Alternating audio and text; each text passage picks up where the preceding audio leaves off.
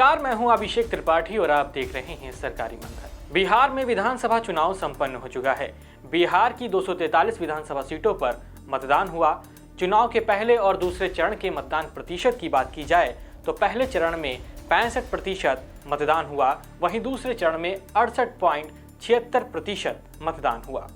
अब 14 नवंबर की तारीख का इंतजार है जब मतगणना के बाद चुनाव के नतीजे सामने आ जाएंगे। बिहार विधानसभा चुनाव के दूसरे और अंतिम चरण के मतदान के बाद नतीजों से पहले कई एजेंसियों के द्वारा एग्जिट पोल रिपोर्ट जारी की जा रही है, जिनमें यह अनुमान लगाया जा रहा है कि कौन सी पार्टी कितनी सीटें जीत सकती है और सरकार का स्वरूप क्या हो सकता है।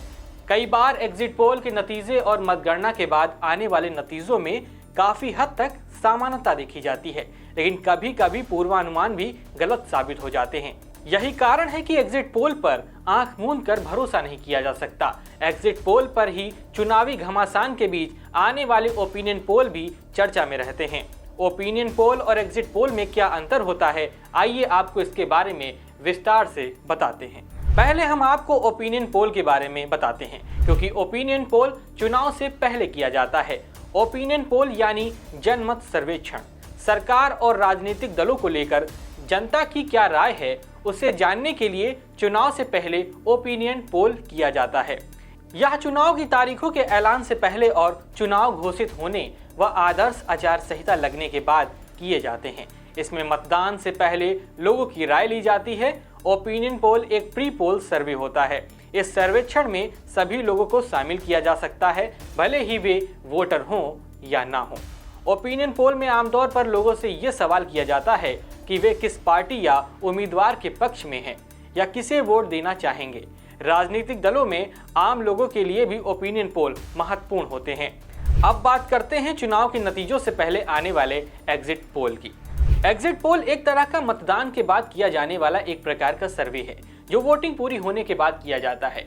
इसमें वोटिंग करके बाहर आने वाले मतदाताओं से पूछा जाता है कि उन्होंने किस पार्टी या उम्मीदवार को वोट दिया है। इससे प्राप्त आंकड़ों का विश्लेषण करने के बाद ही यह अनुमान लगाया जाता है कि चुनाव के नतीजे क्या हो सकते हैं। एग्जिट पोल एक तरह का मतदान पश्चात सर्वे है, जो वोटिंग पूरी होने के बाद किया जाता है। इसमें वोटिंग करके बाहर आने वाले मतदाताओं से पूछा जाता है कि उन्होंने किस पार्टी या उम्मीदवार को वोट दिया है। इससे प्राप्त आंकड़ों का विश्लेषण करने के बाद ही यह अनुमान लगाया जाता है कि चुनाव के नतीजे क्या हो सकते हैं। ओपिनियन पोल और एग्जिट पोल के अंतर को अगर आपको और संक्षिप्त में समझाया जाए तो ओपिनियन पोल के लिए काफी समय होता है, या चुनाव से महीनों पहले से लेकर चुनाव की घोषणा और मतदान के पहले तक होते हैं। समय समय पर होने वाले ओपिनियन पोल में जनता की राय में बदलाव भी देखा जा सकता है, जबकि एग्जिट पोल सिर्फ मतदान के दौरान ही होते हैं, यानी चुनाव के दौरान राज्य की सभी सीटों पर मतदान होने के बाद समग्र आंकड़े का विश्लेषण किया जाता है और उसी के आधार पर अनुमान घोषित किए जाते हैं।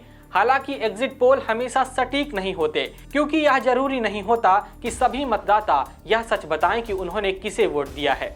ओपिनियन पोल भी पूरी तरह से सटीक नहीं होते। चुनाव से पहले लोगों की राय बदल सकती है। ओपिनियन पोल और एग्जिट पोल दोनों चुनाव से जुड़े अहम सर्वेक्षण होते हैं, लेकिन दोनों का उद्देश्य अलग अलग होता है। ओपिनियन पोल चुनाव से पहले जनता का रुझान जानने के लिए किया जाता है, जबकि एग्जिट पोल वोटिंग के बाद जनता के फैसले का अनुमान लगाने के लिए किया जाता है। वास्तविकता तो वोटों की गिनती के बाद ही पता चलती है। एग्जिट पोल परिणाम आने से पहले लोगों का सबसे ज्यादा ध्यान अपनी ओर खींचते हैं। आपकी इस बारे में क्या राय है, हमें कमेंट बॉक्स में जरूर बताएं।